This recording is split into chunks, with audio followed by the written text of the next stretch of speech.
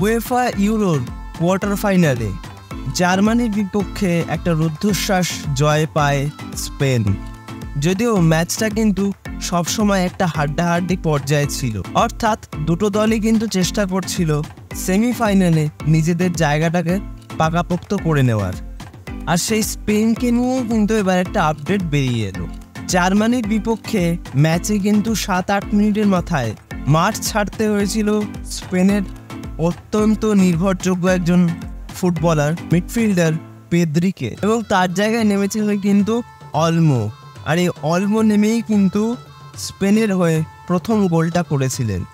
কিন্তু খেলার একদম শেষের দিকে 80 থেকে 90 মিনিটে যে প্রেসিং ফুটবলটা খেলছিল জার্মানি, তার ফলে কিন্তু 89 মিনিটের মাথায় গোলটি শোধ করে দিয়েছিল জার্মানি, যার ফলে ম্যাচ চলে যায় এক্সট্রা টাইমে। আর সেখানেই কিন্তু বাজিমাত করে দেন স্প্যানিশ ফুটবলার মোরেনো। তার দুর্দান্ত হেডের মাধ্যমেই কিন্তু জয়সূচক গোলটা পেয়ে যায় স্প্যানিশরা, যার ফলে আগামী 10 তারিখ ফ্রান্সের মুখোমুখি হতে চলেছে মোরাতা ফারান তোরেসরা। তবে ওই ম্যাচের আগে বড় একটা ধাক্কা খেলো স্পেন। এই গুরুত্বপূর্ণ ম্যাচ অর্থাৎ ফ্রান্সের বিপক্ষে ম্যাচে কিন্তু খেলতে পারবেন না পেদ্রি।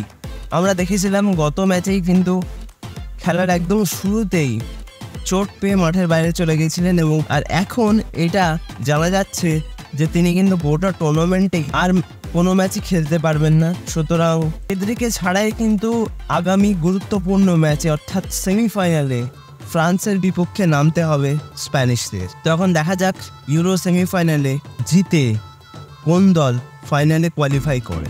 তো আজকে তোমাদের এটুকুই আপডেট দেওয়া ছিল।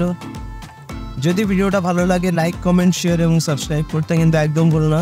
সাবস্ক্রাইব করে দিয়ে পাশের বেল আইকনটা প্রেস করে অবশ্যই কিন্তু অল অপশনটা প্রেস করে রাখবে, যাতে সমস্ত রকম নতুন ভিডিও নোটিফিকেশন তোমরা সবার আগে পেয়ে যাও যখনই আমি কোনো নতুন ভিডিও পোস্ট করব। তো আজকের মতন ভিডিওটা তাহলে এখানেই শেষ করছি। দেখা হবে আবারও পরবর্তী ভিডিওতে নতুন কোনো দিন নতুন কোনো সময়। তোমরা ভালো থেকো, সুস্থ থেকো।